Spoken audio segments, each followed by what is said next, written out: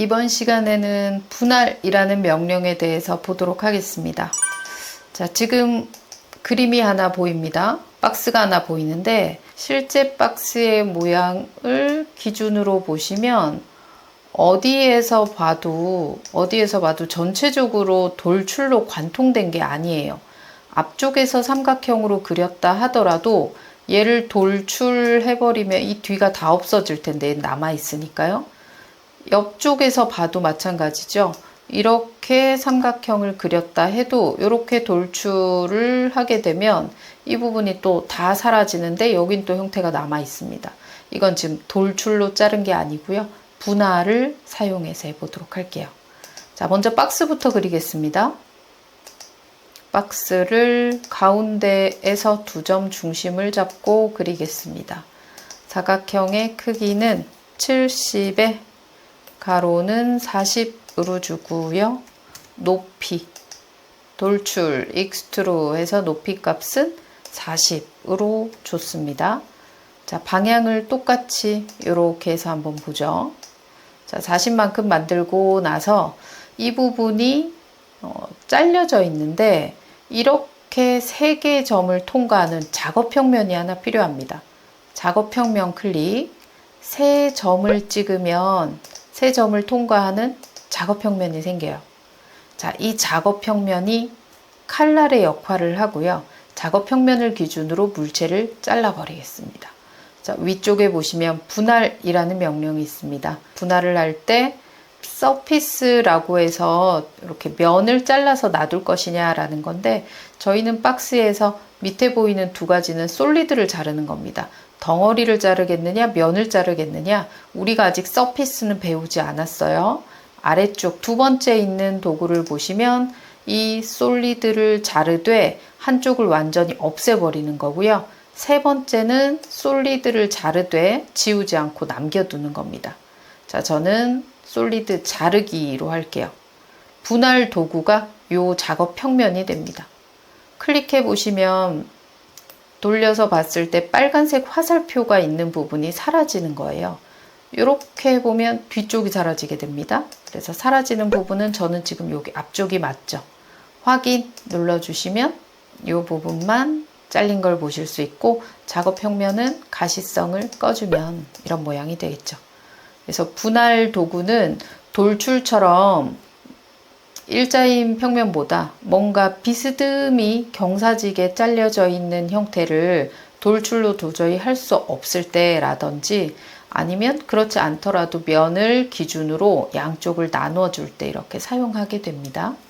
자, 한 가지 예제를 더 보도록 할게요.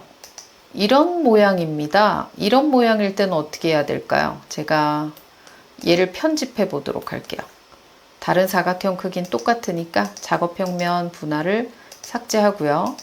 자, 이 그림은 이번에는 모서리를 통과하는 게 아니라 20과 20과 30이라는 포인트를 통과합니다. 그러려면 위치를 찾을 수 있어야 돼요. 윗면이든 앞면이든 옆면이든 어디서 스케치를 하셔도 좋습니다. 저는 윗면에서 스케치를 하나 하고요. 형상 투영으로 양쪽 선을 잡고 여기에서 이렇게 지나가는 선을 그리되 초록색은 찍으시면 치수를 넣을 수 없으니까 초록색이 아니게 잡아주시고요. 위치 잡겠습니다. 이 점까지의 거리는 30, 이 점까지의 거리는 20. 스케치 마무리. 그럼 양쪽 2개의 위치를 이미 이렇게 점으로 알 수 있고요. 여기 위에서 떨어지는 20은 높이가 40이니까 스케치하지 않아도 중간점이다 라고 잡으실 수 있어요. 만약에 20이 아니었다면 이렇게 정면을 찍어서 또 스케치를 그려주셔야 되겠죠. 작업평면 클릭, 스케치의 끝점 잡히죠. 스케치의 끝점 잡히고요. 마지막 3번째 점, 요 모서리의 가운데 점을 찍어도 이렇게 잡힙니다.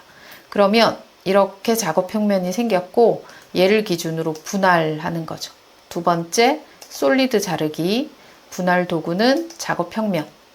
자, 빨간색 화살표 있는 쪽이 사라집니다. 이 방향 맞으니까 확인해 주시면 이렇게 잘린 모양은 볼 수 있는데 이 스케치 선을 삭제해버리면 작업 평면의 위치가 또 고정이 안 되니까 스케치는 삭제할 수 없어요. 그런데 이렇게 보이면 또 완성된 그림에서 좀 지저분해 보이니까 스케치와 작업 평면은 가시성을 끄겠습니다. 기울어진 부분이 있을 때 여러분이 분할을 이용해서 잘라주시면 되는데, 자, 이런 경우는 또 문제가 됩니다. 하나를 더 보도록 할게요. 자, 지금 보이는 형태를 한번 모델링 해 보도록 하겠습니다.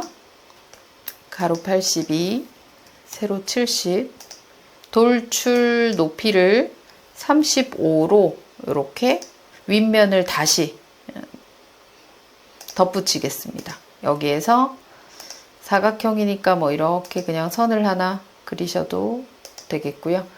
요 거리 치수만 넣으면 될 것 같아요. 25에 22, 47이 되겠네요. 돌출, 이 모양이 64에 64 빼기 35 이렇게 적으셔도 되겠죠. 자, 요만큼 뒤쪽에 있는 위쪽 모양을 만들었고요.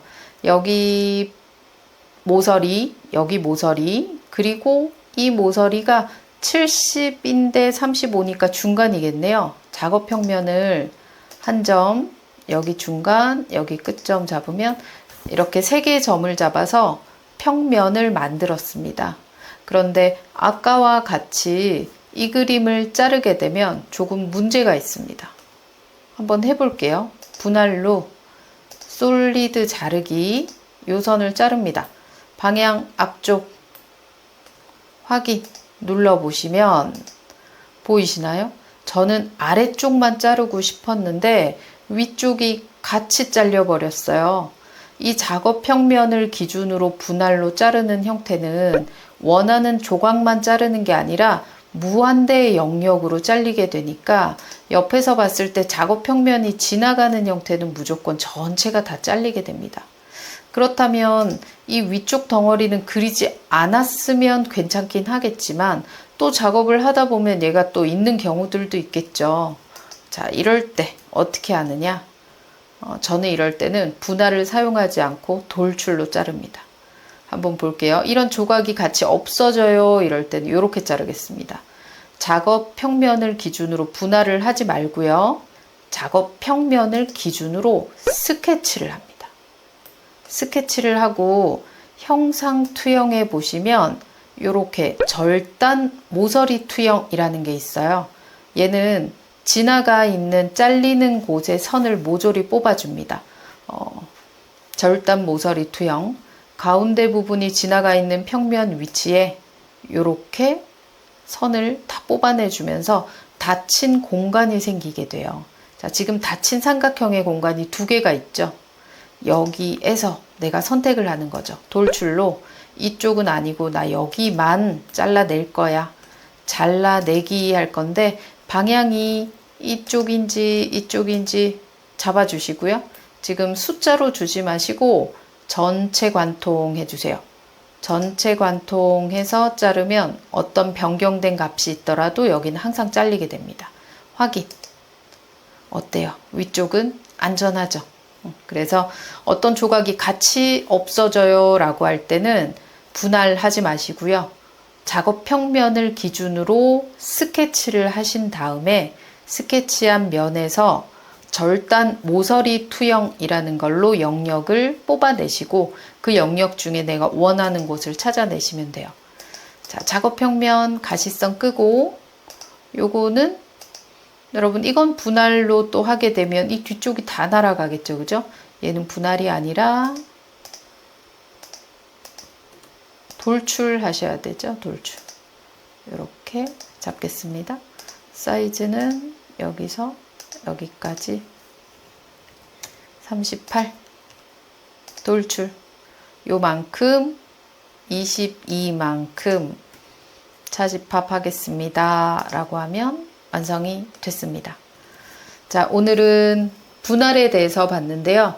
면을 자를 때 전체를 자를 때는 그냥 분할을 쓰시면 되지만 전체가 아니라 어떤 조각은 남기고 어떤 조각은 없애야 될 때는 분할이 아닌 돌줄을 잘 활용하셔야 될 수도 있습니다.